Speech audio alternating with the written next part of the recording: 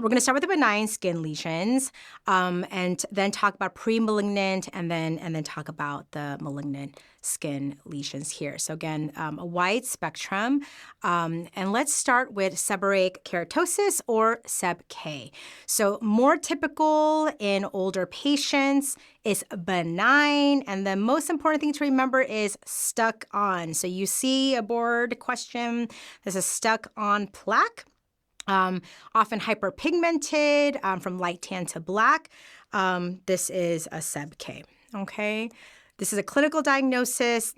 This is where dermatoscopy can be really important in diagnosing and being able to look much closer at a lesion to help differentiate between benign, precancerous, and potentially malignant. The management, typically, no treatment is necessary unless the patient just cosmetic reasons, or it's symptomatic based on where it is or the size. Cryotherapy or curettage or electrodesiccation can be helpful. And topical hydrogen peroxide solution has also been approved for a kind of less invasive or non-invasive option for treatment. So again, SEB-K, stuck on warty plaques, and we can remove by cryotherapy, but benign and very common in our older patients. Another very common benign skin lesion are cherry angiomas. So these are vascular proliferations, and they're red, hence the name cherry. Again, this is a clinical diagnosis. The dermatoscope can be helpful. And again, this is going to be no treatments required unless for cosmetic reasons patients want it, and then we can take it off for them as needed. Another very common benign skin lesion is a dermatofibroma. So these are benign and more fibrous, and they're often triggered by some minor trauma, like an insect bite, for example. And these are going to be firm, they're hyperpigmented nodules, and they can often have this dimple sign, right, where there's kind of a central dimple. They can really be anywhere in the body, but typically legs. And again, these are benign, no treatments necessary unless it's symptomatic for any reason, and then we can do a simple surgical excision in the office. Lipomas, very common. Benign tumors composed of adipose tissue. These are subcutaneous. There's often a genetic predisposition. We don't always know why. And again, the clinical features is going to be soft, mobile, it's painless, it's squishy, and moves around. It's a clinical diagnosis, but based on location and size, an ultrasound can be helpful in diagnosing. And if you're worried again about the depth and extension of the lipoma, and you're worried that there might be, again, muscle involvement, then an MRI can be helpful. Again, based on size and location, if the patient wants it removed, then the MRI is going to be helpful in, for surgical planning as well. So again, typically observation is fine. Reassuring patients is benign. And again, based on symptom, cosmetics, that we can always remove these as well. Okay, moles or nevi. So again, these are common benign skin lesions that most of us have, right? These are typically going to be uniform in color and symmetric with very well-defined borders. I'm going to say this multiple times over these next few slides. Remember the A, B, C, D, E's of more concerning lesions.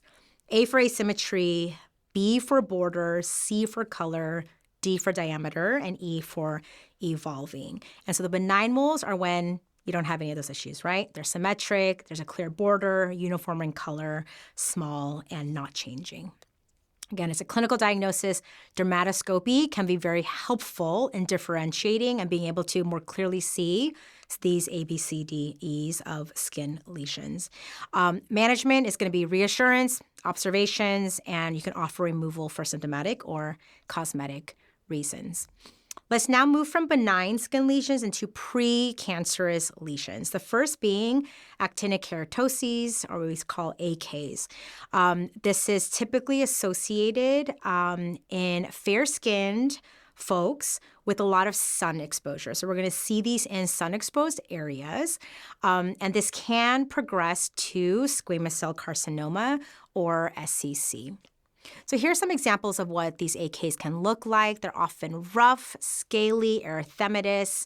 And again, we're going to see these on sun-exposed areas. Dermatoscopy in the office can be very helpful.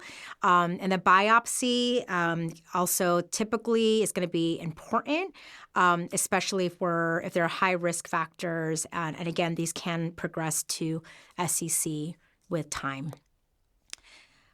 For AK, the management, a couple things are going to be important here. Topical therapies, 5-fluorouracil is going to be your first line. Cryotherapy can be effective for really localized individual lesions. But what's important here, remembering, is photodynamic therapy and specifically field-directed therapy, right? And what we mean by field-directed therapy, this is really a treatment approach for sun-damaged skin where there may not be discrete individual lesions yet, but where precancerous cells may be present. Dysplastic Nevi. Again, this is where dermatoscope can be really important, and this is where we're going to start seeing some of those ABCDEs show up. Okay, and this can be a potential, it can potentially progress to melanoma.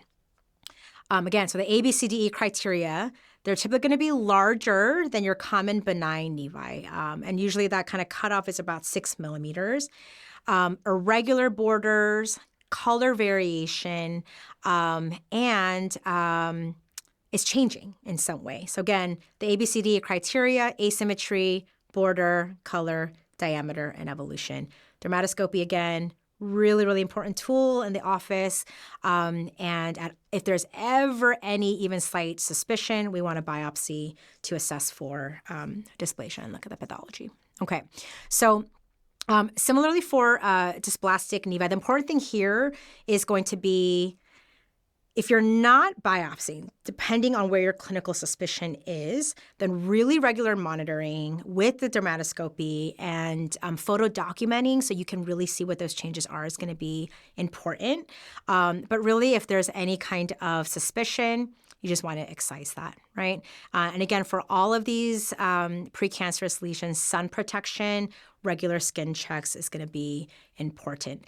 So that total body skin exam, right, or that TBSE, that lives in primary care. This is something that we can and should be offering for our patients who are high risk, especially those who are more fair-skinned and have any kind of history of significant sun exposure. Okay, so let's move on and talk about the malignant skin lesions that we really want to make sure we can recognize for prompt diagnosis and treatment. So basal cell carcinoma, BCC, it's the most common. Also, we see these in more fair-skinned folks with a lot of sun exposure and typically see this in sun-exposed areas.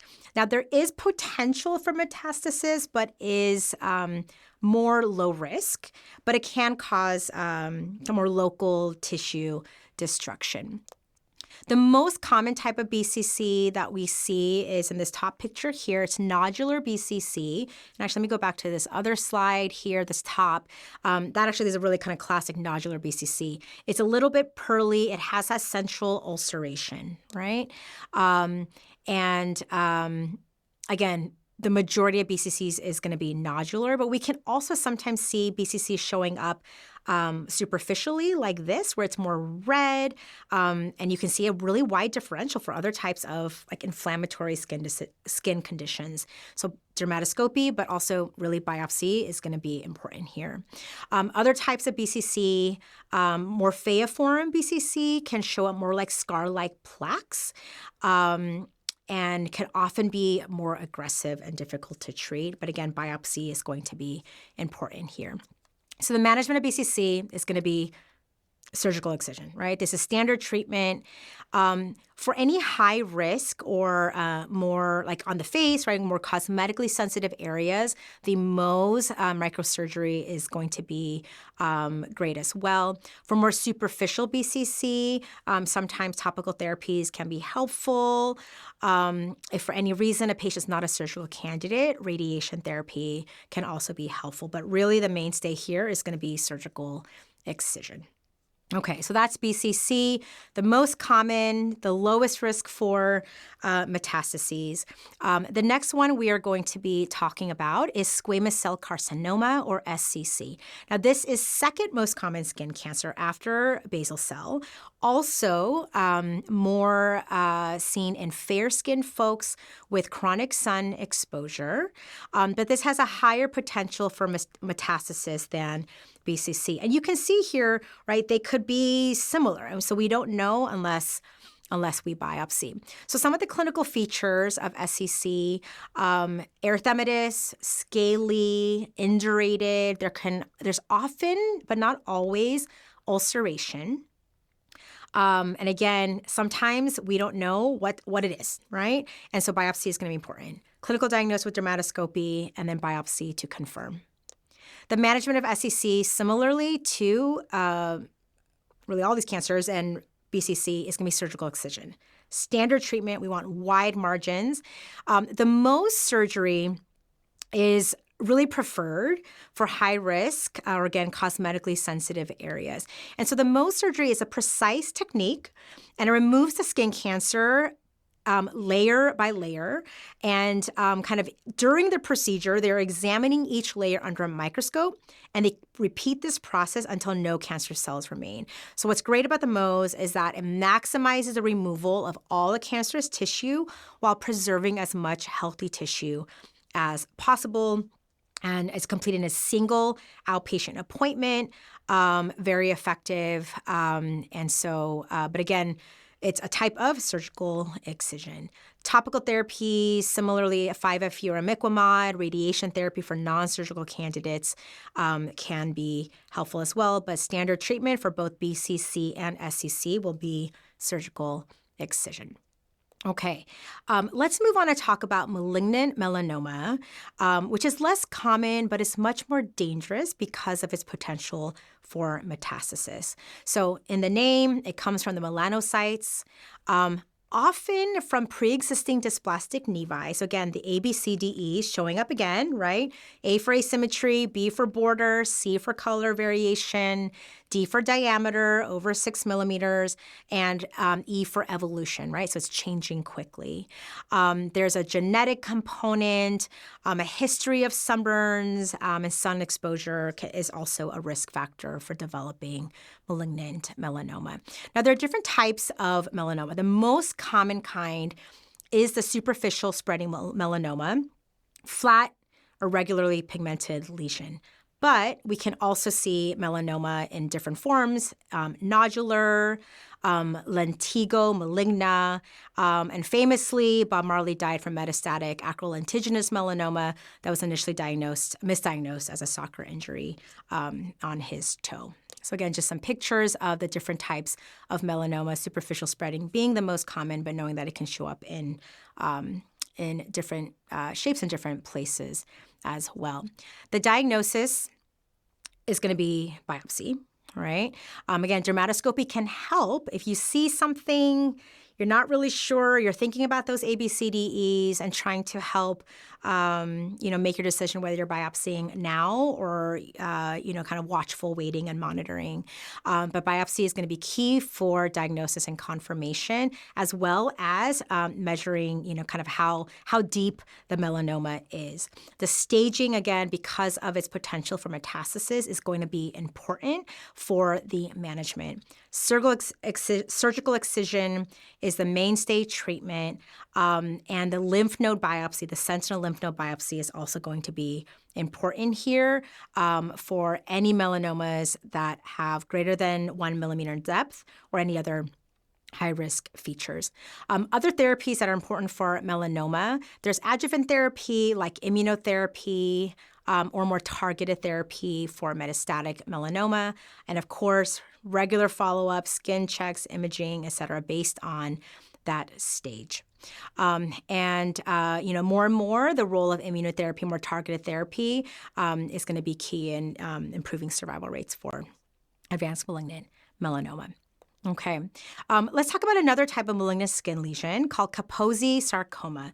This is a vascular malignancy. It's associated with the human herpes virus 8, and we see it in immunosuppressed individuals and typically associate with those with HIV or AIDS. And so some examples and some clinical features of what Kaposi sarcoma can look like.